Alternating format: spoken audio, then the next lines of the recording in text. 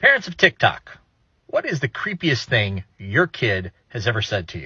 Okay, not my kid, but my niece the other day told me, my 4-year-old niece, I was washing her hands and she was like, what if I grabbed a knife and cut my own veins? And I'm like, oh my God, same, Bessie. No. So I'm like, what do you mean? No, don't do that. Where have you seen that? Like, not even joking. Don't even say that. And she was like, oh, I'm just kidding. Just pretending. Let's pretend my hand is a knife and cut my veins. I'm like, no, not even kidding. Don't do that. And I've been worried ever since. Yeah, so my daughter, we just recently lost our newborn baby. So there's been a lot of like deep processing and just with little kids, which is really quite beautiful. Kids process death kind of really beautifully, actually, in my experience with my kids. So anyway, so it's just been a lot of death talk lately, and my youngest is 4, and she came up to me and she goes, Mom, I'm gonna miss you when you die. And I was like, oh, but I'm not gonna die for a long time. Like, I'm still pretty young, and I take care of my body. We gonna live a long time. And she goes, she kind of just like pauses for a second, and like I was cooking dinner, like not really thinking anything of it, and then she just kind of like, right. And I was like, what do you mean, right? I am gonna live a long time. She was like, we'll see. And walks away, just like quietly walks away. What? I'm scared. So one day I was on my way into the kitchen, and my 4-year-old, at the time, daughter stops me and tells me that the kids under the couch told her to dive into the swimming pool. And I'm like, what do you mean? We don't have a swimming pool. And I said, where's the swimming pool? And she gets on top of the couch and she points at the floor. And I was like, Hazel, if you dive headfirst into the floor that you'll break your neck, right? And she's like, oh, yeah, that's why I just go like this. And she jumps and she lands on her butt, Indian style.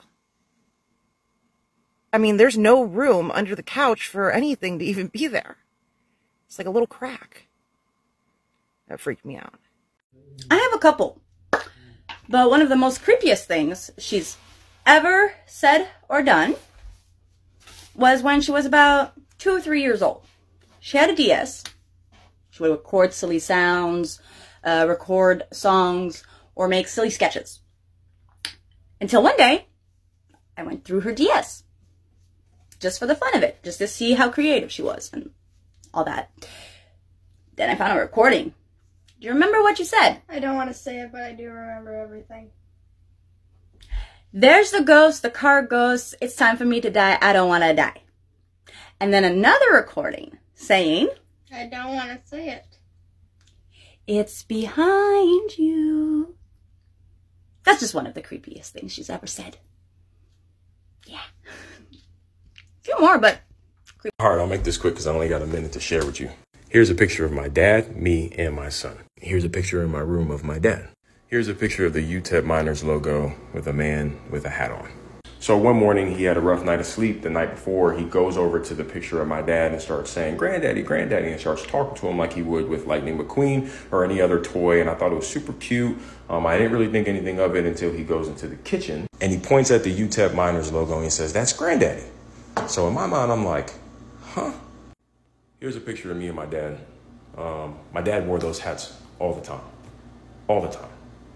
There's no picture of my dad wearing those hats in the house. And the fact that he associated that logo with my dad, I had a reading a couple of weeks before, and my dad was telling me he hasn't reached out to me in over 12 years and was telling me how great of a dad I was. And I think that he was reaching out to him too. All right, I got a good one. So I am not a parent, but I'm an aunt. So we're driving down the road and my niece points over there. She's 4 at the time. She goes, look, there's a cemetery. Like, oh, that's nice. It's not nice. And you're going to find out real soon. What? Yeah. You're going to find out real soon.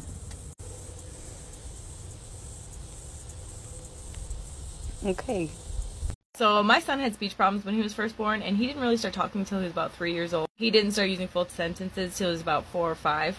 And when he was about 5, he started going on this thing where he wanted to be called Zayton. His name is Zane. He wanted to be called Zayton. And I was like, Satan? And he's like, no, Zayton.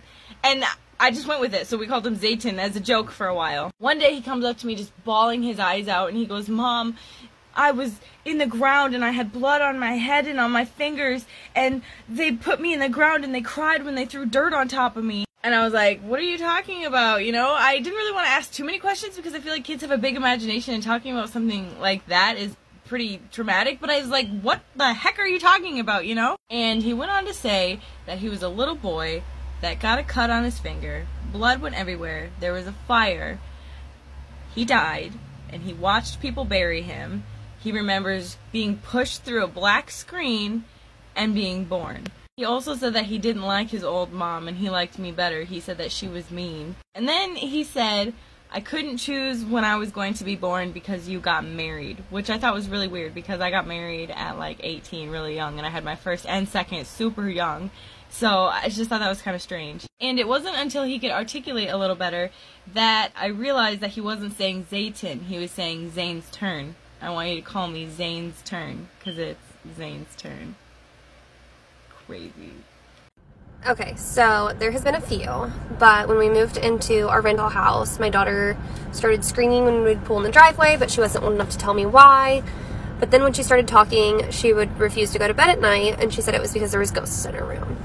A few weeks after that, she told me that she didn't want to go to bed, and I told her, it's okay, just ask the ghosts to leave you alone, they're nice. And she said, no, Mommy, they tickle me, he tickle me. And lately, she has reverted back to her crib instead of her big girl bed, and they are both still in her room.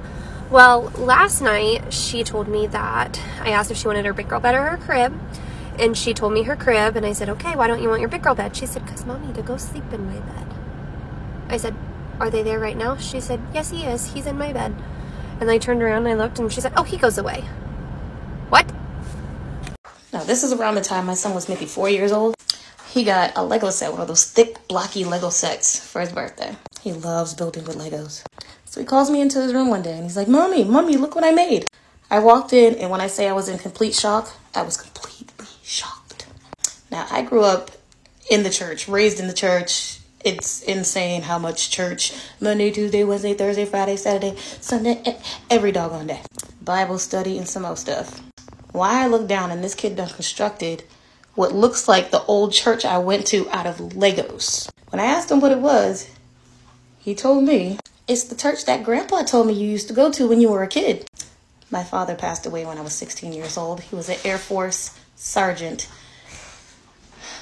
And he used to do all the construction and stuff for our church. He taught me how to take apart a refrigerator and put it back together. Creeped out.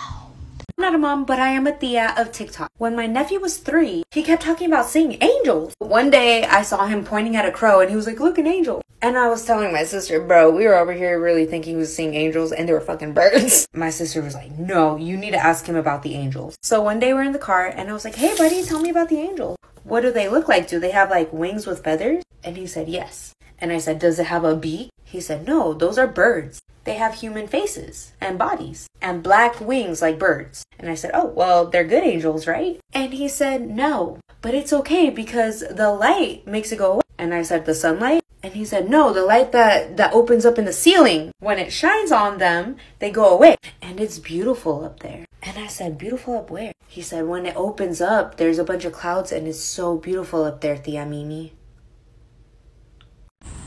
Well, I was in bed with my 3-year-old reading her a bedtime book, and she said, oh, here are those black people.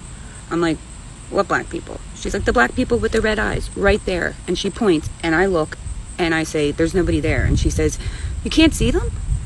I'm like, no.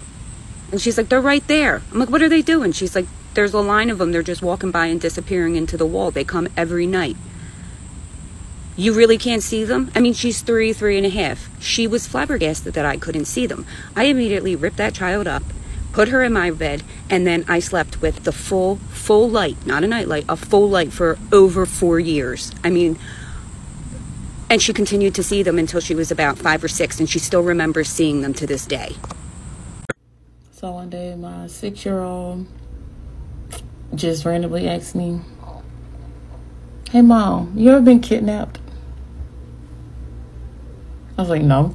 He was like, "You want to be?" Then I have another one.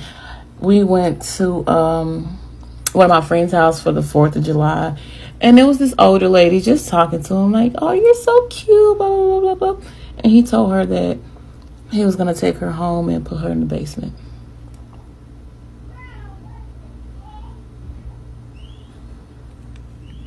My 6-year-old daughter told me, "Mommy, you're gonna die young.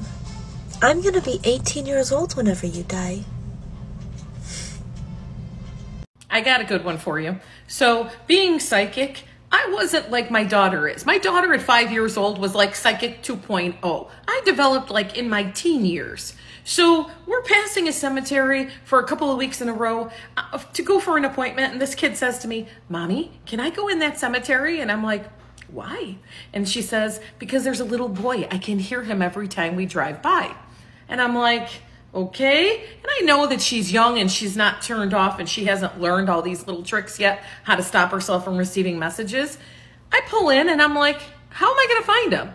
And she's like, "Oh, drive this way, drive that way, stop." Gets her little 8-year-old butt out of the car, marches up a hill right to a little boy's grave, and proceeds to tell me everything about his life before he passed.